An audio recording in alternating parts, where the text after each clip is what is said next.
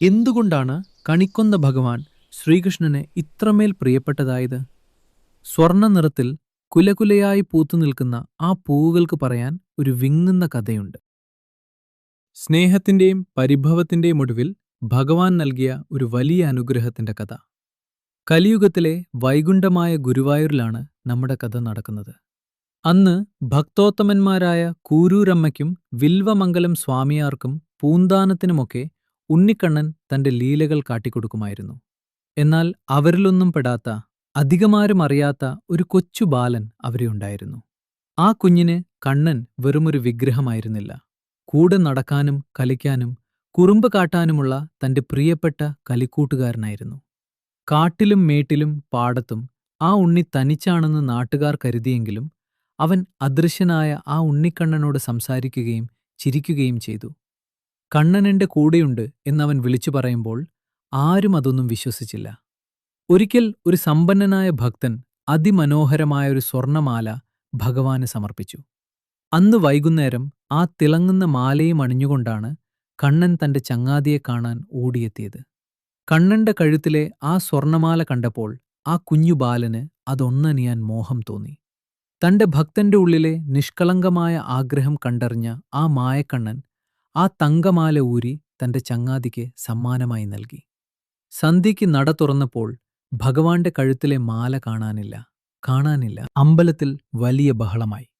ഇതേ സമയം ആ കുഞ്ഞിന്റെ കയ്യിൽ വിലപിടിപ്പുള്ള സ്വർണമാല കണ്ട മാതാപിതാക്കൾ ഞെട്ടിപ്പോയി. ഇത് കണ്ണൻ എനിക്ക് തന്നതാ എന്ന് ആ കുഞ്ഞ് കരഞ്ഞു പറഞ്ഞിട്ടും അവർ വിശ്വസിച്ചില്ല. നീ മോഷ്ടിച്ചതല്ലേടാ എന്ന് ചോദിച്ച് നാട്ടുകാരും വീട്ടുകാരും അവനെ ശിക്ഷിക്കാനൊരുങ്ങി. നെഞ്ചുപൊട്ടി കരഞ്ഞുകൊണ്ട് ആ കുഞ്ഞ് ക്ഷേത്രമുറ്റത്തെത്തി. തന്റെ കൂട്ടുകാരനായ കണ്ണൻ തന്നെ ചതിച്ചു എന്ന് അവന് തോന്നിപ്പോയി. അവൻ ആക്രോശിച്ചു, കണ്ണാ, നീ എന്റെ ചങ്ങാതിയാണെങ്കിൽ ഇത് നിന്റെ സമ്മാനമാണെന്ന് ഇവരോട് പറയുമായിരുന്നില്ലേ? എനിക്ക് വേണ്ട നിന്റെ ഈ സമ്മാനം. ഇനി നിന്റെ ചങ്ങാത്തവും എനിക്ക് വേണ്ട. ദേഷ്യത്തോടെയും സങ്കടത്തോടെയും ആ കുഞ്ഞ് ആ മാല വായുവിലേക്ക് വലിച്ചെറിഞ്ഞു. അത് ചെന്നു വീണത് പൂക്കളൊന്നുമില്ലാത്ത ഒരു കൊന്നമരത്തിന്റെ ചില്ലയിലായിരുന്നു. അവിടെ ഒരു അത്ഭുതം സംഭവിച്ചു. ആ സ്വർണമാല മരത്തിൽ തട്ടിയ നിമിഷം ആ മരം മുഴുവൻ സ്വർണവർണ്ണത്തിലുള്ള മനോഹരമായ പൂക്കളാൽ നിറഞ്ഞു തുളുമ്പി. ആ നിമിഷം ശ്രീകോവിലിനുള്ളിൽ നിന്ന് ഭഗവാന്റെ അശരീരി മുഴങ്ങി. ഇതെന്റെ പ്രിയപ്പെട്ട ഭക്തന് ഞാൻ നൽകിയ സമ്മാനമാണ്. ഈ പൂക്കൾ അലങ്കരിച്ച് എന്നെ കണി കാണുന്നവർക്ക് എല്ലാവിധ ഐശ്വര്യവും സമ്പൽ സമൃദ്ധിയും ഉണ്ടാകും.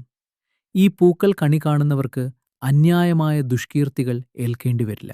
ലോകം മുഴുവൻ കൈവിട്ടപ്പോഴും തന്റെ ഭക്തന്റെ കൂടെ നിന്ന ആ മായക്കണ്ണന്റെ കരുണയാണ് ഓരോ മഞ്ഞപ്പൂക്കളും. അപവാദങ്ങൾക്കും കള്ളാരോപണങ്ങൾക്കും ഇരയാകുന്നവർക്ക് ഈ കൊന്നപ്പൂക്കൾ ഒരു പ്രതീക്ഷയാണ്. സത്യം എന്നെങ്കിലും സ്വർണ്ണ നിറത്തിൽ പൂത്തുലയുമെന്ന പ്രതീക്ഷ. ഈ വർഷത്തെ വിഷുക്കണിയിൽ ആ സ്വർണ്ണപ്പൂക്കൾ നമ്മെ സാക്ഷിയാക്കി പുഞ്ചിരിക്കുമ്പോൾ ആ കുഞ്ഞു ബാലന്റെ നിഷ്കളങ്കമായ ഭക്തി നമ്മുടെ മനസ്സിലും നിറയട്ടെ. കണിക്കൊന്നയുടെ പിന്നിലെ ഈ മനോഹരമായ കഥ നിങ്ങളുടെ ഉള്ളിൽ ഭക്തിയും സന്തോഷവും നിറച്ചുവെങ്കിൽ ഇത് പ്രിയപ്പെട്ടവർക്കും അയച്ചു നൽകുക.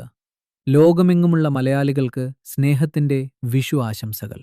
എല്ലാവർക്കും ഐശ്വര്യത്തിന്റെയും സ്നേഹത്തിന്റെയും സമ്പൽ സമൃദ്ധിയുടെയും ഒരു വിഷുക്കാലം ആശംസിക്കുന്നു. നമസ്കാരം.